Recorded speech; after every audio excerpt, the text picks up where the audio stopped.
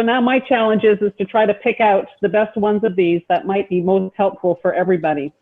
And I think a lot of them have to do with pain. And you know, any of the speakers who feel that they have something that they can contribute to this would be very helpful. But a lot of the questions have to deal with chronic pain, and people have an issue, with trying to get their doctor to understand the level of pain that they have. Other ones have questions about what are the best type of pain meds for me to use. And then thirdly, how do those pain meds impact my kidneys? So obviously, you know, Kevin would be the best one to deal with that last question. But if somebody wants to start with the other questions, perhaps Adele would be a good one to start. Perhaps you can just address those issues. Sure. And pain in pediatrics as well. I just saw that question flash by my screen here. So sorry, go ahead. No problem. I don't think I can address the pediatric issue quite as well, but I certainly hear about the pain every day and all day, and it's very believable. I'll just share a brief anecdote. I sent my son to a pain specialist who didn't believe him. And then I had to send him to a second pain specialist who does believe him. And actually she prescribed him medical marijuana.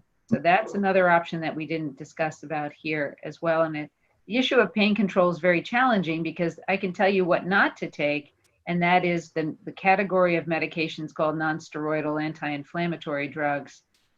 Now, maybe once in a blue moon, they're okay. These are medications like ibuprofen, naproxen, Aleve, things along that line. And Kevin, I know you'll chime in. Over time, they can cause damage to the kidney. Even Tylenol over time can have some damage, but Tylenol is infinitely safer than the nonsteroidals. The other things that people brought up in their questions was use of CBD. I have not seen any studies of CBD in nail patella, but I see plenty of studies where CBD helps with pain, and topical CBD helps with pain. And then there's also a topical nonsteroidal called Voltaren gel. That's often very helpful for people to rub on their knees or their feet or their elbows, wherever it hurts, if it's someplace that's accessible. So again, a good slide would help to organize my comments, but you want to avoid use of the oral nonsteroidals. Tylenol is generally safer, but even over time, Tylenol, and Kevin chime in about that on the kidneys, can have some impact. CBD certainly seems to be very, very safe. Notice I didn't talk about narcotics because I think that's a slippery slope. Over time, your body becomes tolerant to narcotics and you would require more and more and more. So it's not one I typically recommend for pain control. A good pain specialist who does acupuncture, injections, localized treatments, those really help. And when Steve Zaretsky gets on, is able, he can talk about any of the surgeries for that. But that's usually, as a PCP, my last resort, unless it's absolutely necessary. Medical marijuana, if you Googled, I'd say 10 years ago, if you Googled nail patella, the first name you would bring up was the gentleman who was talking about medical marijuana.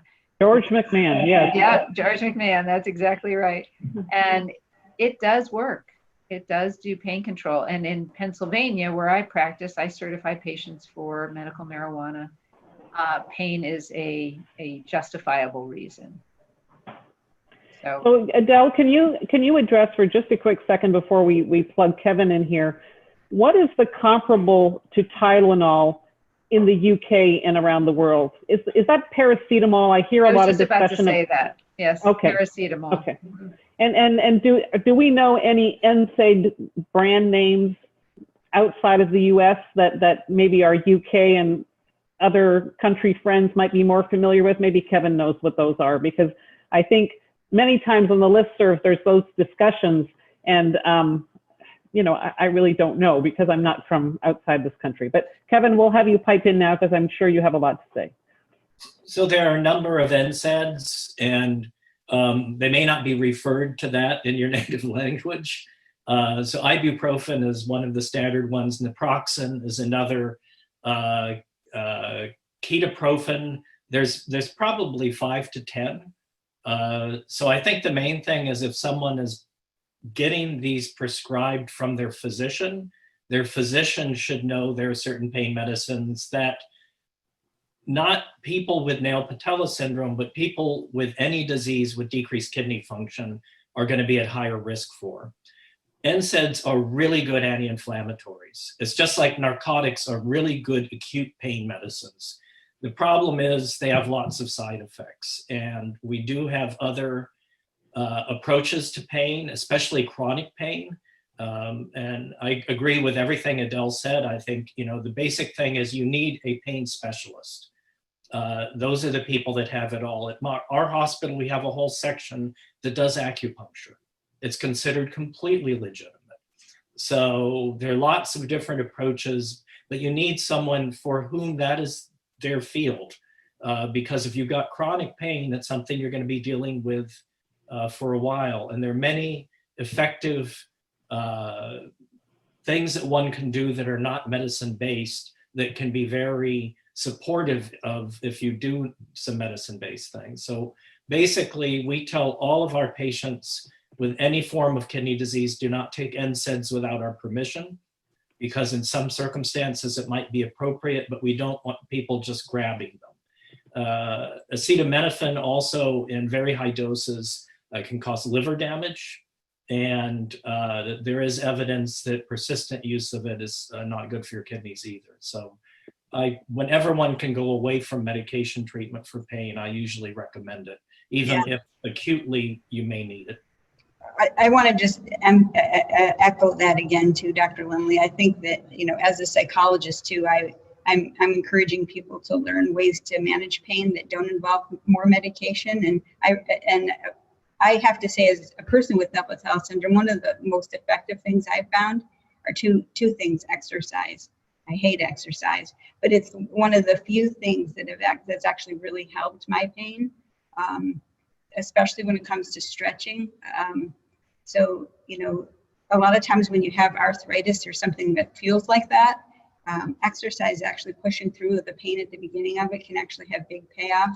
And because a lot of our muscles and tendons are tight, stretching exercises can actually really help with pain. And then there's a lot of adaptive stuff. So I sit on a Cossack's pillow. So it's got like the little tailbone shape cut out, and I call it my hiney pillow.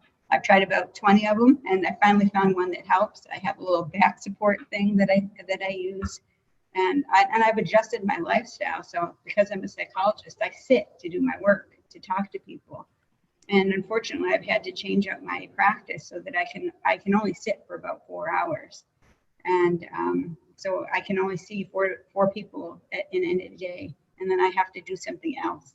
So. And I can't take, because I do have kidney disease, so I'm very aware of all of that stuff. But also that I can't emphasize enough that the certain type of meditation, mindfulness-based stress reduction, MBSR, super helpful. Lots of research supporting it. And also I want to say that depression is like an amplifier. So if you imagine there's a volume switch here that I can turn up. If you have depression, that's like an amplifier for pain. So pain and depression often and brain-wise go together. So when you have depression, it makes pain worse.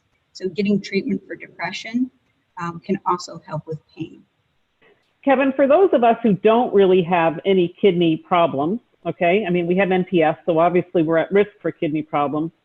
Our NSAIDs, is there a problem if we use them for a period of time? And this is a very personal question because I'm actually using them now for a torn meniscus, and which also happened just prior to COVID, and haven't been able to get it treated yet. And just, I need to do something to help with the very acute pain I'm having right now.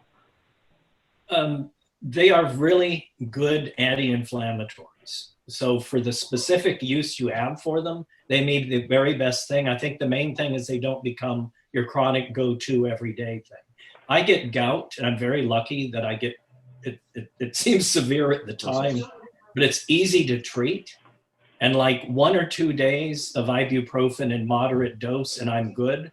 So I take it. I usually just ignore pain, but gout's more like a disease and it's a treatment. But you're talking about a couple of days. Keep hydrated if you're going to take NSAIDs. But basically, I think they're okay even if someone has mildly decreased kidney function under some circumstances, but they just should not be something you get exposed to overly often. So you need to get that meniscus taken care of, young lady. You know what? There are other ways to treat that, Joanne, instead of using the ibuprofen and instead of surgery. You don't even need surgery for that. Physical therapy. Yeah, well, physical therapy. But there's also a product called PRP, and that's where, you know, I don't know if anybody else has heard of PRP. They take your blood, they spin it down, they give you the platelet, and that really helps to, they inject it in your knee. It really helps to improve the inflammation and the trauma in the knee. It's easier to do something than surgery. to consider.